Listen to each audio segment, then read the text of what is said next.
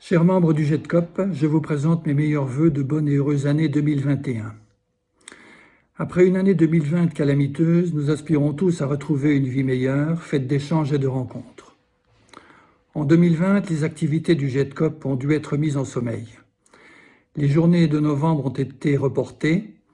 Elles seront organisées les 18 et 19 juin 2021. Nous vous y attendrons nombreux. Elles sont organisées à la fois en présentiel et avec un accès à distance.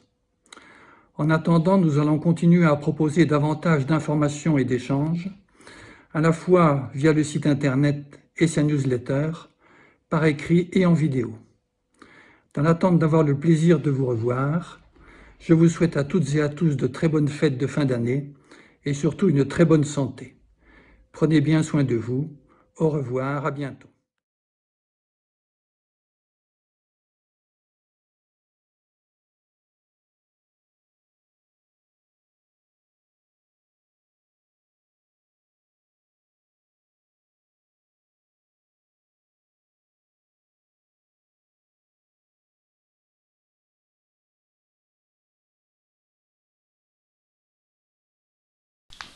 Bonjour, je m'appelle Laurel McEwen et je suis une anthropologue américaine avec une spécialité dans l'anthropologie médicale. J'ai soutenu ma thèse de doctorat en 2019 à l'École des hautes études en sciences sociales sur la relation en France contemporaine entre les médecines conventionnelles et les médecines complémentaires. Aujourd'hui, on va prendre un moment pour parler de la lombalgie chronique et pourquoi elle est tellement importante pour avoir une vision holistique sur cette pathologie complexe et multifactorielle. Selon l'OMS, la lombalgie chronique touche entre 10% et 30% de la population. Ça peut entraîner des effets secondaires beaucoup plus larges que juste des effets secondaires physiques. Notamment, ça peut avoir des ruptures au travail, des baisses de productivité, des effets sur le plan émotionnel ou psychique, des effets sur nos relations avec nos entourages, nos proches et nos familles, et aussi des effets sur nos habitudes qui peuvent entraîner encore plus des pathologies comme des addictions, des toxicomanies ou des manques d'activité physique. Alors, le problème est que dans le traitement classique de la lombalgie chronique, on n'a que des options qui traitent la racine physique de la problème, comme par exemple des anti-inflammatoires, des opioïdes, des chirurgies ou des activités physiques adaptées. Mais des études démontrent que souvent dans les douleurs chroniques, on peut enlever la racine de la problème, mais la douleur continue. C'est pourquoi il y a une partie de l'expérience de la maladie quand on parle d'une pathologie, d'une douleur chronique, qui est très importante, mais qui n'est pas traitée dans la médecine classique. Qu'est-ce qu'on voit dans nos sociétés en résultat? On voit une ouverture et un mouvement vers les médecines complémentaires et alternatives pour traiter les problèmes psychologiques et sociaux qui accompagnent ces types de pathologies complexes, multifactorielles et de longue durée.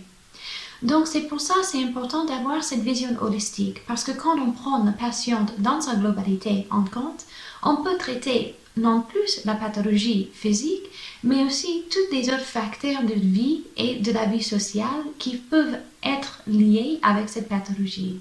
Et donc on peut créer une médecine intégrative qui prend en charge la personne dans sa globalité.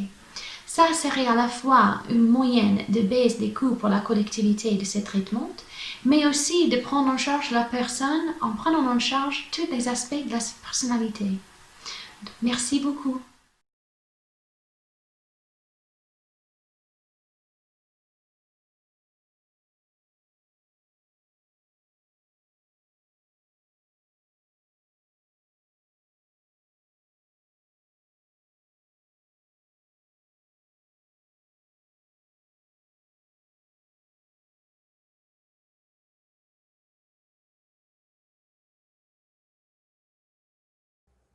Bonjour à toutes et à tous.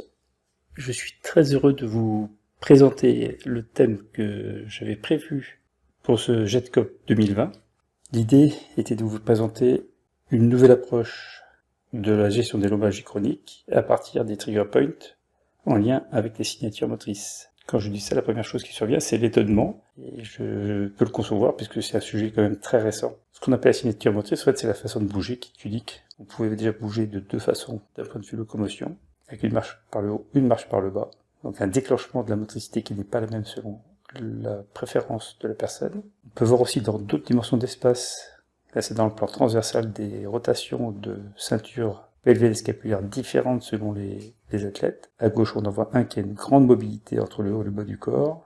Et à droite, un alignement au contraire des deux ceintures pelviennes et scapulaires qui dénote une autre motricité. Un travail fait par une équipe de Nantes a pu montrer qu'on avait ces mêmes signatures dans la façon de bouger. Là, ce sont deux mouvements classiques, très standardisés, qui sont le pédalage et la marche, avec 30 cycles qui ont été réalisés par chacun des sujets, normalisés par rapport à leur force maximale, ce qui est une règle quand on travaille avec les EMG pour pouvoir voir des choses qui ne sont pas biaisées.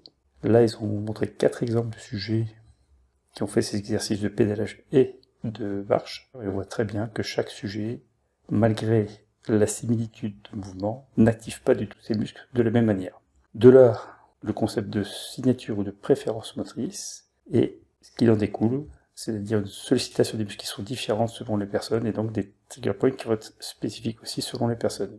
C'est pour ça que les lombalgies devraient être traitées de façon très individualisée à partir de la motricité de la personne, et non pas à partir des zones qui seraient principalement touchées en termes de douleur.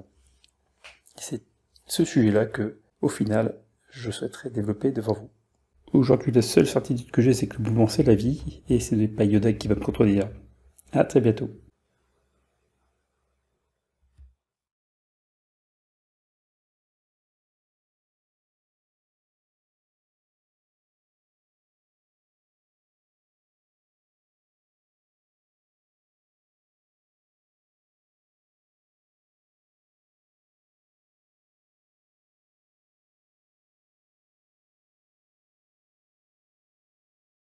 Je comprends tout à fait votre question sur la différence qu'il peut y avoir entre les pratiques devant une lombalgie du médecin, de l'ostéopathe ou du rebouteux. Je comprends tout à fait votre intérêt et je vais vous montrer quelle est la différence. Suivez-moi. L'approche du rebouteux est essentiellement musculaire. Il va rechercher la contracture musculaire qu'il va appeler nœud musculaire ou de tendon déplacé, et son diagnostic est avant tout palpatoire, centré sur la contracture musculaire. L'ostéopathe, lui, va être plutôt centré sur l'ostéo-articulaire. Et il va rechercher ce qu'on appelle la lésion ostéopathique, qui est essentiellement marquée par la restriction de mobilité. À partir de son examen clinique et de l'interrogatoire qu'il aura réalisé, le médecin a apporté le diagnostic de l'origine de la lombalgie, qui peut être un problème rachidien, intervertébral, majeur si c'est une hernie discale, mineur si c'est un dysfonctionnement intervertébral. Ça peut être un problème postural, mais il se posera aussi la question de savoir si ça ne vient pas d'une articulation au niveau du bassin, tel que les sacroiliaques. Mais il se posera aussi la question de savoir si ce n'est pas un problème provenant d'une colique néphrétique, d'une colite ou d'une pathologie en rapport avec l'appareil génital, puisqu'il y a un certain nombre de douleurs qui se projettent au niveau du dos. À partir de là, il va appliquer des techniques qui sont des techniques basées sur les réflexes que peuvent déclencher la réinitialisation des capteurs de la peau, du muscle ou de l'articulation. Et toutes ces techniques sont une synthèse du savoir-faire des rebouteux qui ont traversé nos âges, amélioré par nos connaissances actuelles dans le domaine de la santé.